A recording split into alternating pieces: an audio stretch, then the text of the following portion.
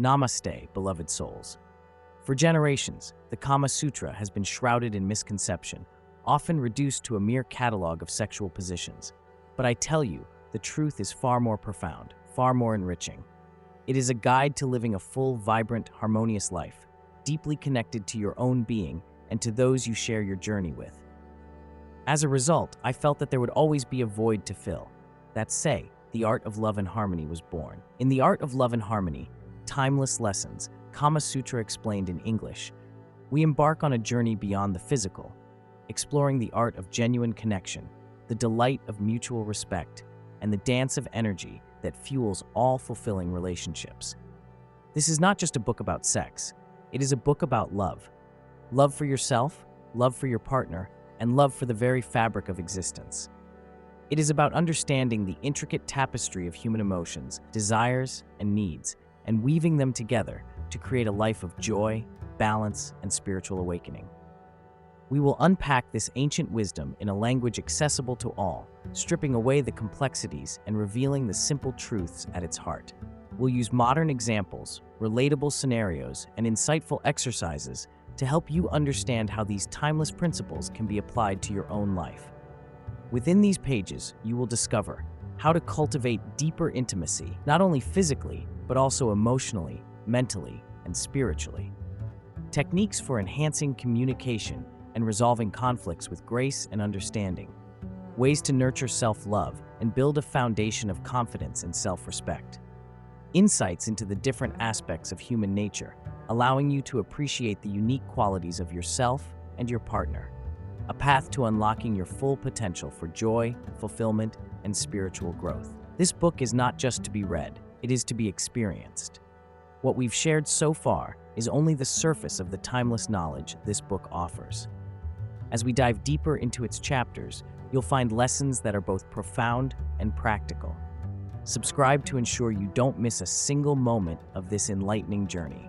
Let's explore these teachings together and uncover truths that inspire change. Chapter 1. Love's Foundation. Understanding Yourself. First, Namaste, friends. Welcome to the art of love and harmony. Before we weave the beautiful tapestry of relationships, we must first understand the threads that make up our own being. Think of a magnificent building. Its strength lies not just in its visible structure, but in the solid foundation upon which it stands. Similarly, a fulfilling, loving relationship is built upon the bedrock of self-awareness. Many of us rush into relationships hoping to find completion, solace, or simply someone to share our lives with. But imagine trying to build a house on shifting sand. It won't stand the test of time. This is exactly what happens when we enter relationships without understanding ourselves. We end up projecting our insecurities and unmet needs onto our partners, creating a dynamic that's bound to crumble. The Kama Sutra, often misunderstood as merely a guide to physical intimacy, is in fact a profound exploration of human connection. It subtly emphasizes the importance of self-knowledge as the first step towards mastering the art of love. It pushes us to connect with our innermost self. What does it mean to truly understand yourself? It means knowing your passions, what truly excites you and brings you joy. It means acknowledging your fears, those hidden insecurities that hold you back. It also means recognizing your strengths, those qualities that make you unique and valuable, and your weaknesses, those areas where you need to grow. Let's consider a real-world example. Imagine you've had a pattern of choosing partners who are emotionally unavailable. Instead of blaming it on bad luck, take a step back and ask yourself, what is it about these emotionally unavailable people that attracts me? Could it be that deep down you fear intimacy and unconsciously choose partners who won't demand too much emotional vulnerability from you? Reflecting on past relationship patterns is a powerful tool for self-discovery. Ask yourself, what were the recurring themes in my relationships? What were the things that consistently bothered me? What role did I play in the dynamics? Examining your part is important, rather than blaming others. This kind of inner work, while sometimes uncomfortable, is vital. It frees you from repeating the same mistakes and allows you to choose partners based on genuine connection rather than unconscious patterns. The path to self-understanding is similar to the spiritual journey of self-realization. In many spiritual traditions, particularly in Hinduism, the ultimate goal is to realize your true nature, to understand that you are not just your body or your mind, but a part of something much larger. Similarly, in the context of relationships, understanding yourself allows you to connect with others from a place of authenticity and wholeness. When you are grounded in self-acceptance, you can offer genuine love and build relationships that are based on mutual respect and understanding. It starts with you, yourself. Chapter 2, The Dance of Attraction, Beyond the Surface. Namaste, beautiful souls. Welcome back on this journey to understanding and ultimately living love. In this chapter, we delve deeper than the initial spark, beyond the fleeting glance. We uncover the true architecture of attraction, a landscape built not on fleeting moments, but on lasting foundations. We've all felt that magnetic pull, that immediate feeling of intrigue toward another person. But is that real attraction, the kind that nourishes a lasting, fulfilling connection? Often, it's just surface level, a charming smile, a well-tailored outfit, a captivating job title. These are pleasant cherries on top, but they cannot be the entire sundae. True attraction blooms from a deeper wellspring, a connection that resonates on multiple levels: physical, emotional, and intellectual. Think of it like a beautifully crafted musical piece. The melody, physical appeal, might catch your ear initially, but it's the harmony, emotional and intellectual compatibility that keeps you listening, that truly moves you. Consider two people, Sarah and David. Initially, Sarah wasn't physically drawn to David. He wasn't her type. However, they found themselves in the same book club. Their passionate discussions about philosophy and their shared love for helping the local animal shelter revealed a deep intellectual and emotional connection. As they explored these shared values and passions, Sarah began to see David in a new light. His kindness, his intelligence, his dedication, that became attractive. They built a relationship based on genuine understanding and mutual respect, a love that blossomed well beyond initial impressions. This is the essence of the soul family concept that's spoken about across spiritual traditions. It suggests that we are drawn to those who mirror our values, who challenge us to grow, and with whom we share a vibrational alignment of purpose. So how do we move beyond the surface? Simple. Be authentically you. Don't try to be someone you think others will find attractive. Explore your own passions, cultivate your own values, and live a life that resonates with your true self. When you are genuine, you attract those who are genuinely aligned with you. Focus less on being attractive and more on being connected, on truly seeing and understanding the person in front of you. In that space of authentic connection, true attraction, the kind that endures, will naturally flourish. Chapter 3. Communication as connection, speaking the language of love. Namaste, my friends. Today we delve into the very heart of love, communication. It's not just about talking, it's about connecting. Imagine love as a beautiful garden. Words are the water, emotions the sunlight, and understanding the fertile soil. Without nurturing communication, even the most promising relationship will wither. Effective communication begins with active listening. Are you truly hearing your partner, or are you just waiting for your turn to speak? Stop preparing your response and focus completely on what they are saying, both verbally and non-verbally. Notice their body language, their tone, the emotion behind their words. It's about being present, being fully there for them. Next comes empathy. Step into their shoes. Try to understand their perspective, even if you don't agree with it. Ask yourself, why might they feel this way? Empathy creates a bridge, a connection that allows you to truly see the other person. Let's talk about nonviolent communication. This isn't about avoiding conflict, but about expressing yourself compassionately. Instead of blaming, you always do this. Express your feelings and needs. I feel hurt when this happens because I need connection. Focus on I statements, not you accusations. The Kama Sutra speaks of respecting your partner's feelings and desires. This isn't just physical, it's emotional and spiritual. See the divine spark within them, the same spark that resides within you. Communicate from a place of compassion and understanding, recognizing their inherent worth. Let's look at an example. Imagine a couple, Sarah and John, arguing about chores. Sarah feels John doesn't help enough. Instead of saying, "You never do anything around here," she could say, "John, I feel overwhelmed with the housework and I need help. Could we talk about dividing chores more fairly? John, instead of becoming defensive, can actively listen and try to understand Sarah's feelings. He can say, "I hear you, Sarah. I'm sorry you feel overwhelmed. Let's work together to find a solution." See the difference? The first approach is accusatory and breeds resentment. The second is open, honest, and invites collaboration. True connection is built on trust. Communication, when practiced with mindfulness and compassion, strengthens that trust and nourishes the garden of your love, allowing it to bloom into something truly beautiful and lasting. Chapter 4, The Art of Giving and Receiving, Nurturing the Relationship. Namaste. Today, we delve into the beautiful dance of giving and receiving, the very breath that sustains a loving relationship. Think of it like a garden. To flourish, it needs both sun, giving, and rain, receiving. An imbalance. Too much of one, not enough of the other, and it will wither. We often think of giving as grand gestures.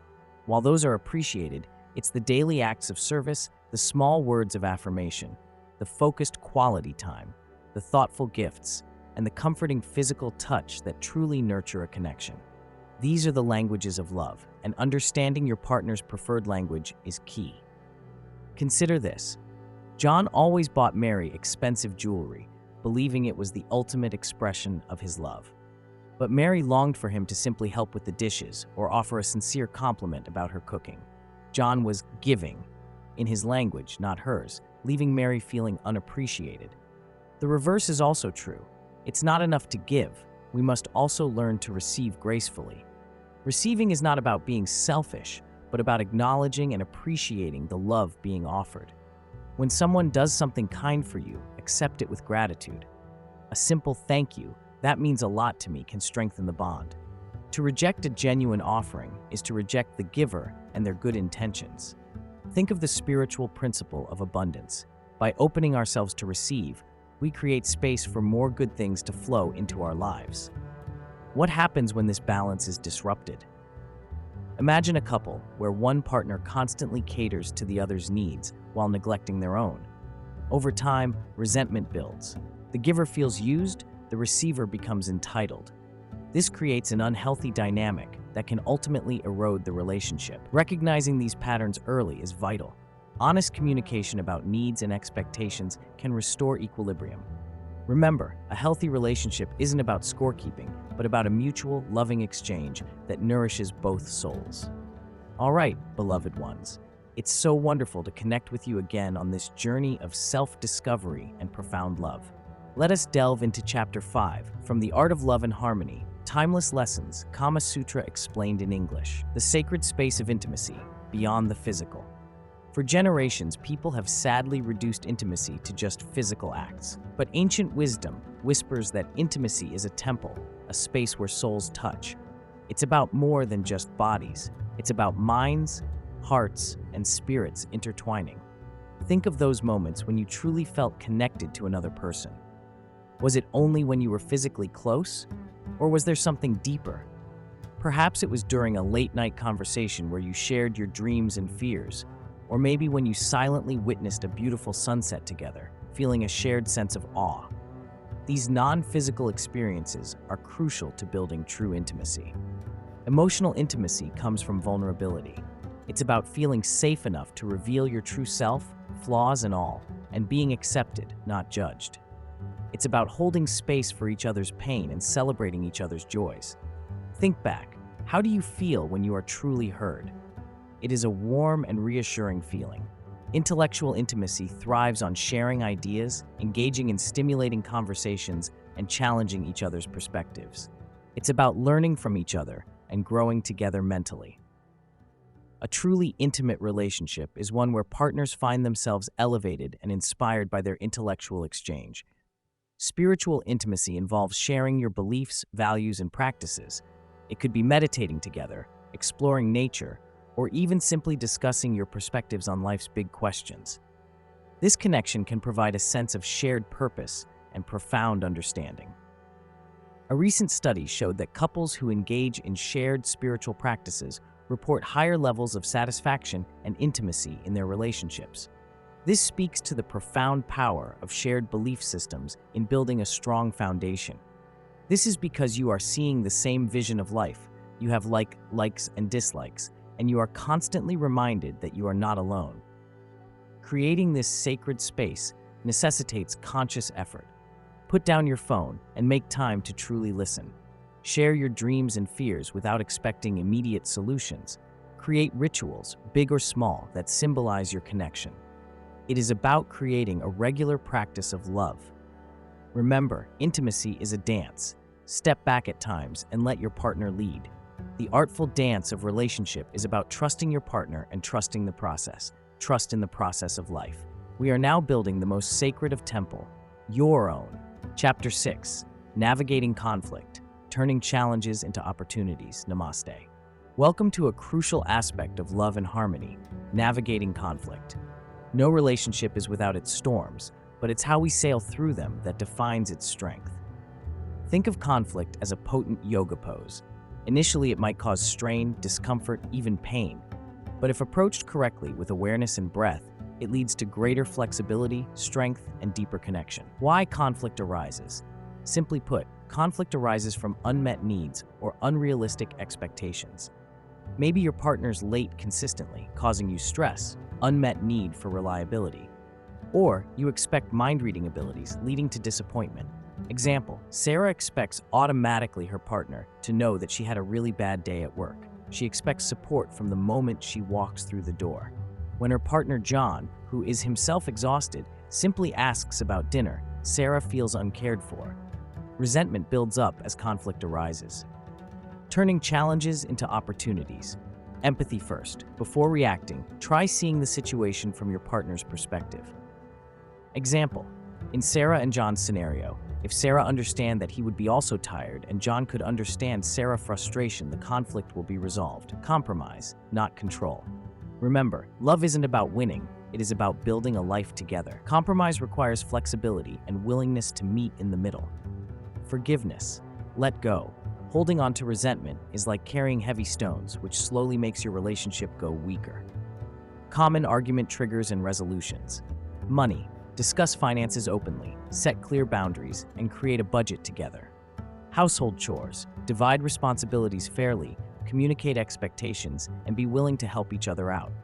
Quality time. Schedule dedicated time together, free from distractions, and prioritize each other's needs.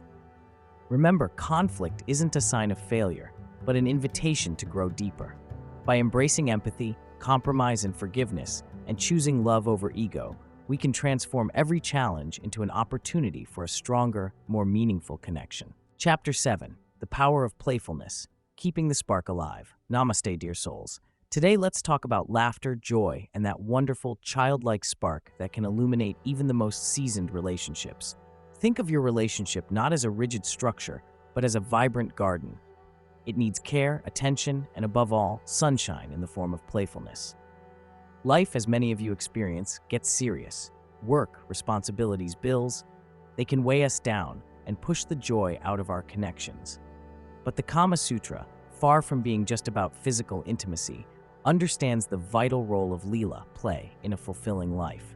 It's about bringing that lightness back, rediscovering the joy of simply being together. How do we do this? Start small. Remember those inside jokes you shared when you first met? Bring them back. Surprise your partner with a silly note, a spontaneous dance in the kitchen, or a playful water balloon fight on a hot day. The goal is to break free from the routine, to let your inner child come out and play. Practical examples. Game night redefined. Instead of the usual dinner and a movie, try a board game night. Let the competition be lighthearted and fun, filled with teasing and laughter. Adventure dates. Break the monotony. Go for a hike, explore a new part of town, or try a new activity together, something neither of you has done before. Yes Day.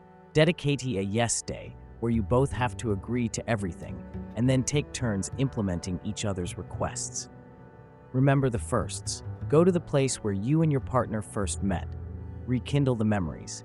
Playfulness isn't frivolous, it's deeply spiritual. It pulls you into the present moment, away from worries and anxieties. When you're laughing together, you're strengthening your bond, creating memories, and reminding yourselves why you fell in love in the first place.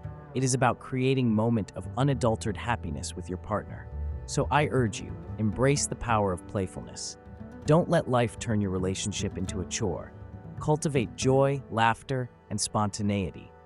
By doing so, you'll not only keep the spark alive, but also deepen your connection and experience a more fulfilling life together. Remember, a relationship that laughs together lasts together. Chapter 8, Honoring Individuality, Growing Together, Not Growing Apart. Namaste, dear friends.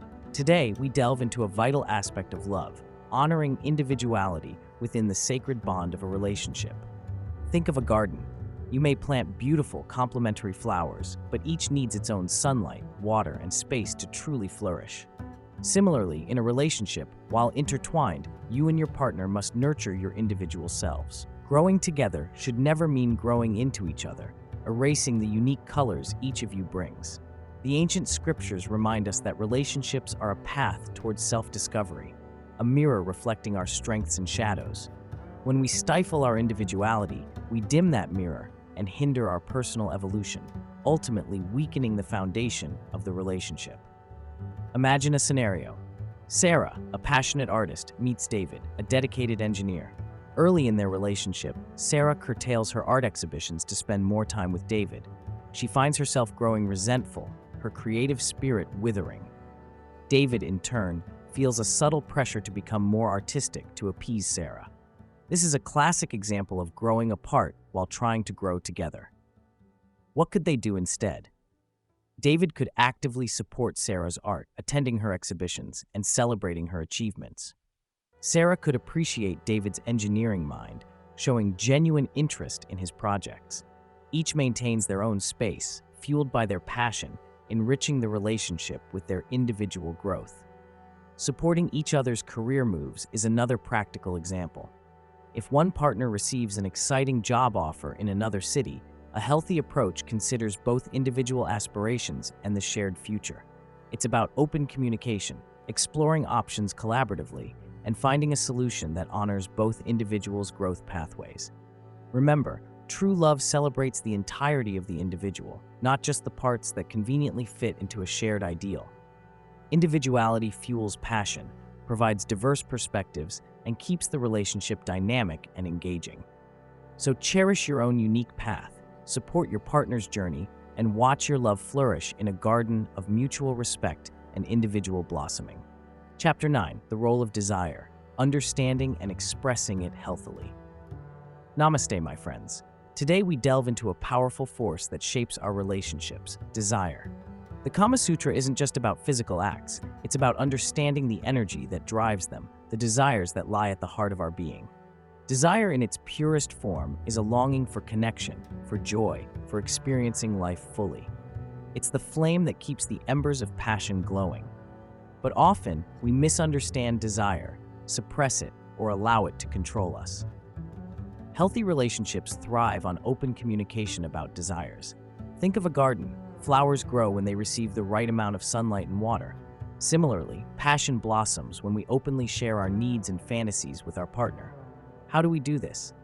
First, by knowing ourselves.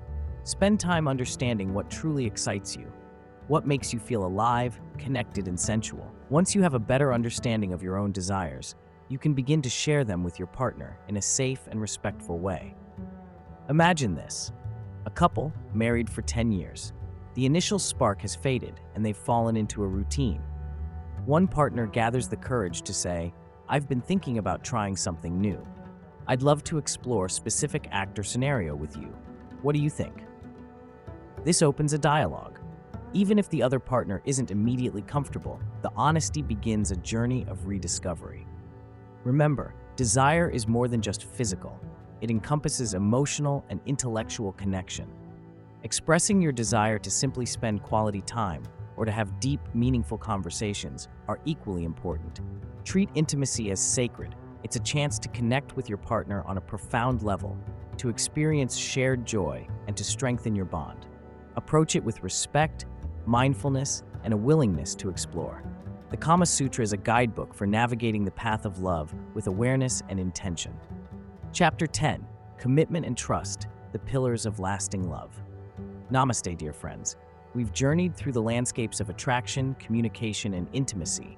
Now we've arrived at the heart of enduring love: commitment and trust.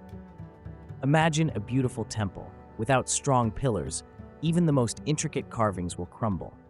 Commitment and trust are those pillars, holding up the sanctuary of your relationship. Commitment isn't just saying "I do," it's a daily choice. It's choosing your partner, their well-being, and the shared dream you're building, even when things get tough. It's about showing up, being present, and actively investing in the relationship's growth. This commitment aligns with the spiritual principle of dharma, our duty and purpose. In a relationship, your dharma is to nurture and care for your partner and the bond you share. Trust, the second pillar, is the deep knowing that your partner has your best interests at heart. It's feeling safe, secure, and vulnerable in their presence. It's built brick by brick through consistent actions, honest communication, and unwavering integrity. Think about this. Trust is like a delicate plant. It needs constant care: sunlight, honesty, water, support, and fertile ground, respect to flourish. Neglect it, and it withers. But what happens when trust is broken? Sadly, it can happen. Perhaps there was a significant disappointment. Rebuilding trust is challenging, but possible. Here's how. Acknowledge the hurt. The person who broke the trust must fully acknowledge the pain caused. No minimizing, no excuses, just heartfelt understanding. Open and honest communication. Create a safe space for open dialogue. The injured party needs to express their feelings without judgment. The other party needs to listen, sincerely apologize, and answer questions with transparency. Consistent action. Words are not enough.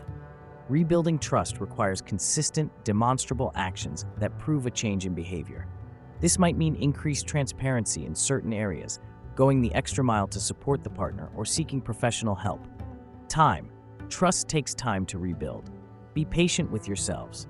There will be setbacks, but consistent effort will eventually strengthen the foundation. Real-world example. Imagine Sarah discovered John had been sharing intimate details of their relationship with a friend. Trust was shattered. John immediately apologized, acknowledged his mistake, and committed to being more mindful of what he shared. He also offered to attend couples counseling with Sarah to rebuild the trust. Sarah, though hurt, appreciated John's efforts. She communicated her needs clearly and slowly. As John consistently showed his commitment, the trust began to heal. Remember, dear friends, commitment and trust are not static. They require constant cultivation and reinforcement. Honor your word, act with integrity, and nurture the pillars of lasting love. Chapter 11. Dealing with jealousy and insecurity, finding inner peace. Namaste, dear friends. Today we delve into emotions that can darken the light of love: jealousy and insecurity. These feelings are often born from fear of loss, fear of not being good enough, fear of the unknown. They are universal, but they don't have to control us. The Kama Sutra, though focused on pleasure and relationships, ultimately guides us towards self-mastery, and self-mastery is the key to taming these inner demons. Jealousy is a signal. Instead of reacting impulsively, ask yourself, what is this feeling really telling me? Am I truly threatened, or am I projecting my own insecurities? Understand the root cause. Is it something your partner did, or is it something within? Consider what is triggering the insecurities and understand that by addressing them, we can move forward. The Kama Sutra emphasizes knowing your own worth. Insecurity often stems from a lack of self-esteem. Rebuilding it takes effort. Start with self-compassion. Be kind to yourself. Acknowledge your strengths. Recall past successes. Instead of comparing yourself to others, focus on your own unique journey. Every day, focus on the strengths and skill you have. By utilizing them, you can move forward in your life. For example, after a jealous episode, instead of dwelling on what you think someone else has, write down 3 things you love about yourself. Practice gratitude for what you do have. Engage in activities that make you feel good: hobbies, exercise, spending time with supportive friends. Remember, love comes from a place of freedom, not attachment. We often cling to relationships out of fear. Spiritual teachings remind us that everything is impermanent. Attachment leads to suffering. Release the need to control. Trust that the universe and your partner are guiding you on a path of growth. This can be hard. Be honest with a therapist or someone who can provide insights without judgment. Finally, communication is crucial. Express your feelings to your partner calmly and honestly. Try to avoid accusations. Use I statements. I feel insecure when, instead of you make me feel insecure. Work together to build a relationship based on trust and understanding. The destination is finding inner peace. Chapter 12, Forgiveness, Releasing the Past and Embracing the Future. Namaste, beloved souls. Today, we delve into the profound power of forgiveness, a cornerstone of both spiritual growth and healthy relationships. Holding on to anger, resentment, and past hurts is like carrying heavy stones. They weigh us down, cloud our judgment, and prevent us from moving forward with lightness and love. Forgiveness isn't about condoning actions or forgetting the past. It's about releasing your emotional burden, freeing yourself from the prison of pain, and choosing to embrace healing and growth. It's an act of incredible self-love. First, forgive yourself. We all make mistakes. We stumble, we say things we regret, we act in ways that don't align with our highest selves. Instead of dwelling on these imperfections, acknowledge them, learn from them, and extend yourself the same compassion you would offer a friend. Ask yourself, what lesson did I learn from this? How can I grow from this experience? For example, imagine you snapped at your partner during a stressful week. Instead of endlessly replaying the incident with guilt, acknowledge your stress, apologize sincerely, and commit to finding healthier ways to manage stress in the future. Forgiving your partner, or anyone else who has wronged you, is often more challenging. Begin by understanding that everyone is on their own journey, wrestling with their own baggage. Their actions, however hurtful, often stem from their own pain and insecurities. This doesn't excuse their behavior, but it helps to put it in perspective. Choose empathy. Try to see the situation from their viewpoint. Ask yourself, what might have been going on in their life to lead them to act this way? Empathy is not agreement, but it softens the edges of anger and opens the door to understanding. Practice forgiveness exercises. The letter. Write a letter to the person you need to forgive, including yourself. Express your pain, your anger, and your sense of loss. Don't hold back. Then write another section where you express your willingness to release the resentment and move forward. You don't have to send this letter. The act of writing itself can be incredibly cathartic. The visualization. Close your eyes and visualize the person you need to forgive. See them surrounded by light and love. Silently repeat, I forgive you. I release you from my anger. I wish you peace. The affirmation. Create a personal affirmation focused on forgiveness, such as I am releasing the past. I am open to healing and love. Repeat this affirmation daily. Forgiveness is not a one-time event. It's a process. There will be days when the pain resurfaces. Be patient with yourself and continually choose to return to the path of forgiveness. Remember, releasing the past doesn't erase it. It frees you to create a brighter, more loving future. Embrace the transformative power of forgiveness and watch how it unlocks the doors to deeper connection, inner peace, and lasting joy. Shanti. Chapter 13. When to let go, recognizing the end of a cycle. Namaste, seekers of love and harmony. As we journey deeper into the wisdom of love, let's face a truth often avoided. Not all relationships are destined to last a lifetime. Just as the seasons change, some connections reach their natural conclusion. This isn't failure. It's a part of life's impermanent dance, a concept deeply rooted in our spiritual understanding.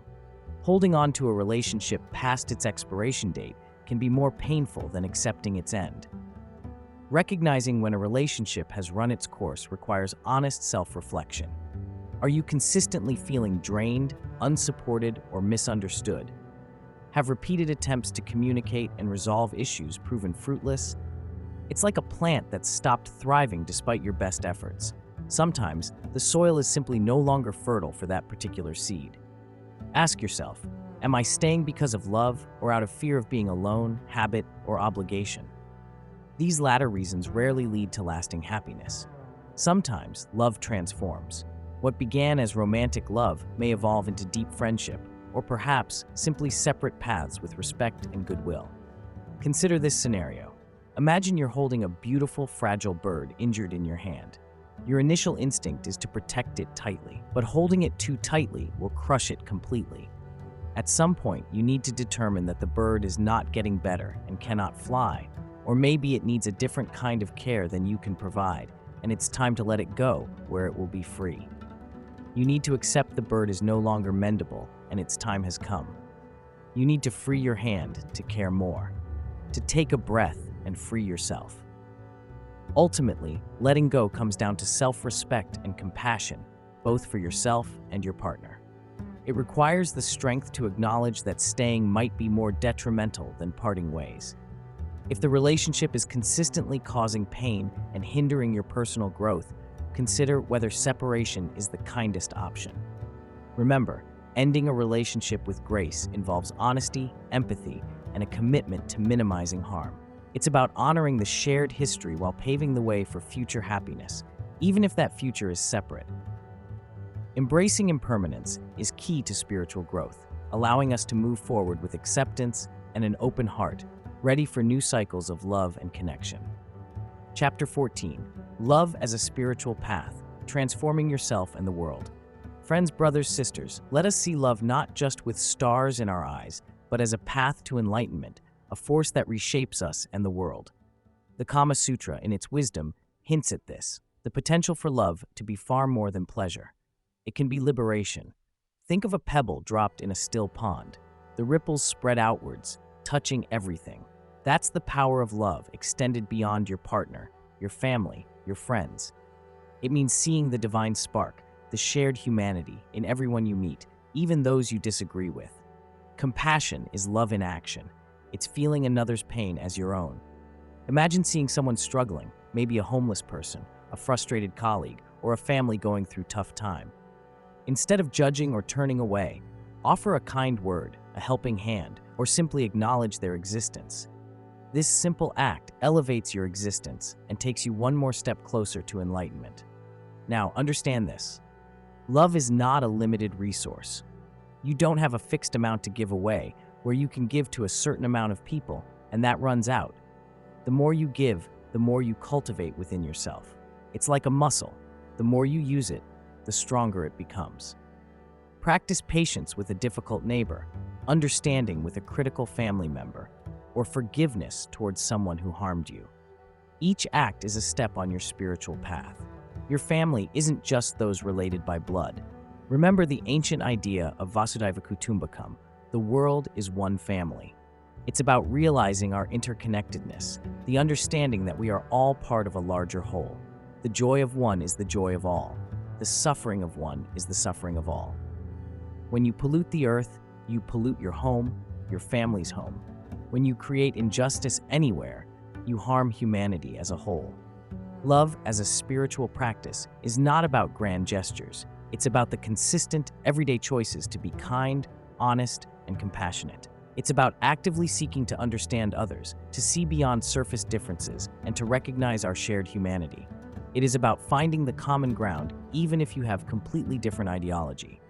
Let us move closer. Let us remember, the most profound impact we can have is by choosing love as our guiding principle, transforming not only ourselves, but the world around us. Chapter 15. Living with Love, Integrating the Kama Sutra Principles into Your Daily Life. You've journeyed through the wisdom of the Kama Sutra, exploring love, relationships, and connection. Now, the real work begins, weaving these lessons into the fabric of your everyday life. This isn't about grand gestures, it's about consistent, conscious choices that cultivate love and harmony from within. Daily rituals, anchoring love in action. Think of rituals as little promises you make to yourself and your relationships. Start small. Morning intention. Before your feet hit the floor, take a breath and set an intention for the day. Today, I will approach everyone with kindness, or today, I will be present in my interactions. This simple act grounds your day in loving awareness. Mindful moments. Incorporate mini meditations or moments of quiet reflection. Even 5 minutes of focused breathing can center you and allow you to connect with your inner self. Gratitude practice. At the end of the day, write down 3 things you are grateful for. This shifts your focus to the positive and reminds you of the abundance of love in your life. This may include appreciating your partner, appreciating your friend. Lifestyle changes. Embracing a loving mindset. Transforming your life involves shifting your perspective and embracing a more loving, harmonious way of thinking. Practice empathy. Make a conscious effort to understand other people's perspectives, even when you disagree with them. Try to walk in their shoes and see the world through their eyes. Cultivate self-care. Love is an inner job. Nurturing yourself is essential. Eat well, exercise, and engage in activities that bring you joy. When you prioritize your well-being, you increase your capacity to love others. Mindful communication. Practice listening actively and speaking honestly. Example: imagine you are a working parent, juggling work, kids, and household chores. Following the teaching from Kama Sutra with the morning intention, you can set an intention to be patient with your kids when dealing with a stressful situation. Following mindful communication, you can listen to the child completely and speak with them in a mindful way. This will make you feel that parenting is not a burden, but a joyful experience. Ultimately, the journey of love and harmony is a lifelong process. Be patient with yourself, celebrate your progress, and remember that every small act of love contributes to a more beautiful world. Let the Kama Sutra guide you on this incredible adventure, empowering you to live a life filled with deeper connection, richer experience, and boundless love. Go forth and live with love.